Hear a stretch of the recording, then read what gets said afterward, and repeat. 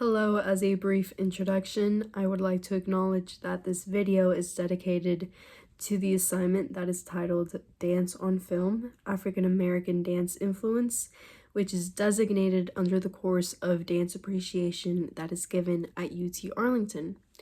I am a student there and my name is Luna Castellanos. The instructions that we were given for this assignment were to watch 3 films and thus respond to 6 prompts that were given to us. And I will go ahead and dive in to my first response. If I was a creator of a social justice-based company, the issues that I would like to present to my audience are the stories and struggles of Mexican and Mexican American communities. I would explore themes such as racism, colorism, immigration, ICE detention, femicides, and cartel violence. As I was born in Mexico and lived there for a good amount of years, I have been able to see these issues affect my community at a first-hand perspective, and I have seen it affect my culture, my family, my friends, my hometown, people I know, in negative connotations, and I have seen discrimination and violence silence their voices. I believe that dance can communicate emotions in many ways that words can't. Some of these emotions could include pain and resilience, empathy and action, and I would place emphasis on the message to be seen and heard and not let our stories be hidden away from history. My response for number 2, both of these choreographers were able to transform modern dance by connecting African and Caribbean traditions with concert dance. Discussing the two choreographers individually, however, we can differentiate as Catherine Dunham. She blended anthropology and art while she studied Caribbean and African dance through fieldwork. Through this, she was able to bring a cultural authenticity when she brought it back to the United States, and thus she was able to create the Dunham technique, which can be described as like a fusion of ballet, modern, Afro-Caribbean, and she used dance for activism. During that time, there were a lot of issues that affected her community, and thus she created powerful choreographies.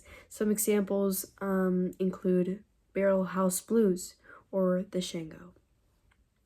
And going into Pearl Primus, her style was known for being athletic and expressive, a lot of jumps and emotional intensity. She also celebrated African heritage, which was not common in that age for a celebration of her heritage. So in that way, she challenged those racist stereotypes and used her art to speak out. One of her most well-known choreographies include Strange Fruit, which was very impactful because it used the poem and song, but it was impactful how she was able to use dance to express those emotions. These two choreographers paved the way for later Black choreographers such as Alvin Ailey and Donald McHale. And they really paved the way for the modern dance evolution and how African American dance influenced that evolution in itself. For the third prompt, I am going to dedicate it to the choreography and performance of Strange Fruit by Pearl Primus. Although many of the choreographies that were shown in the films were very impactful, this one in particular struck out to me because as a former dancer, I had the opportunity to work with a professor, and we were able to restage this choreography in particular, Strange Fruit, within our high school dance company. So it resonates with my dance experience a little bit. And what affected me the most was that it is based on a poem and song also about the lynching of a Black man in the South. The movement was raw and it was full of emotion. It emphasized grief and rage, which spoke out for so many individuals that were within that marginalized group or had family members or generations past them or along with them that had been affected by these horrible tragedies such as lynching. In her movements during the performance, she shows how she was struggling to breathe. And as an audience member, it made me feel heavy. It made me feel uncomfortable. And it really forced the audience to a truth that is often ignored.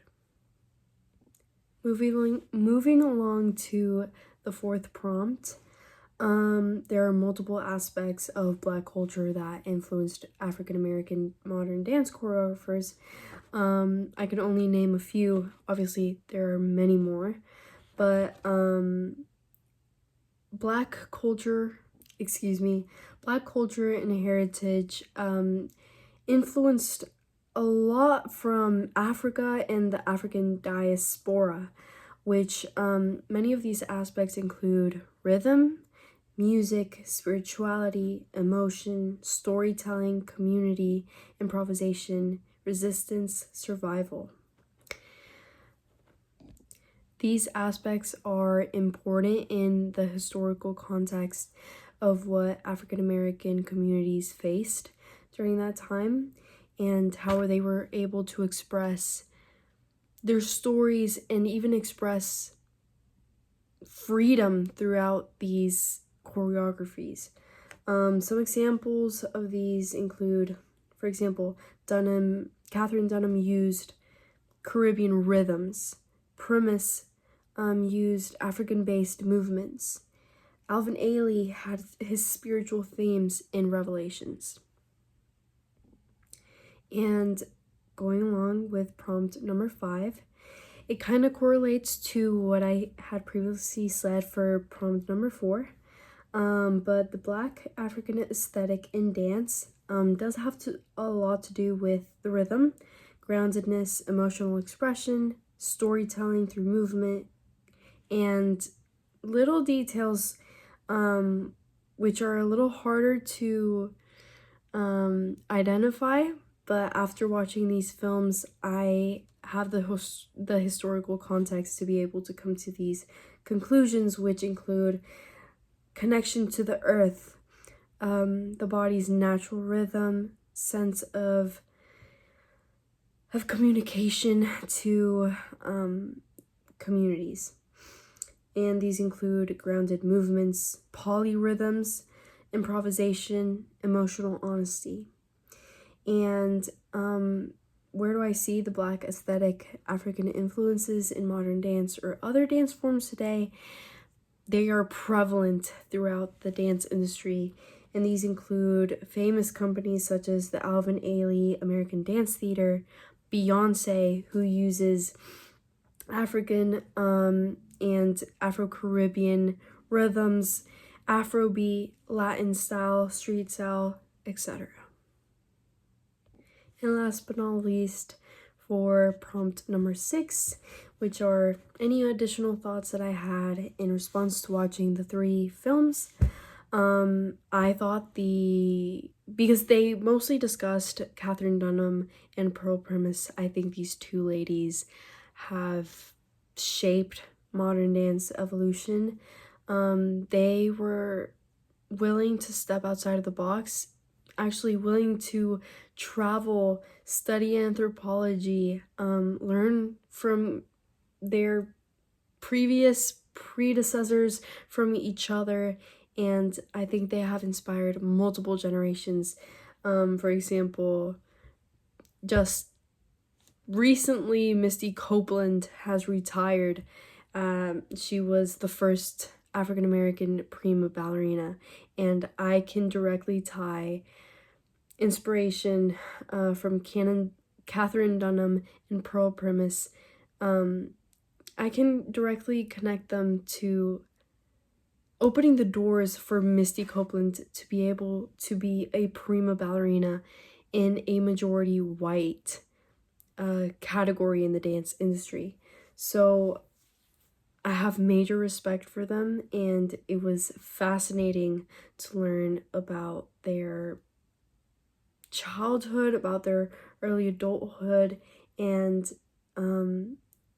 how they continued their lives even after retiring from being a performer and choreographers.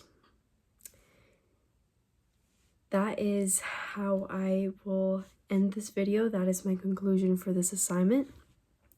And thank you for listening.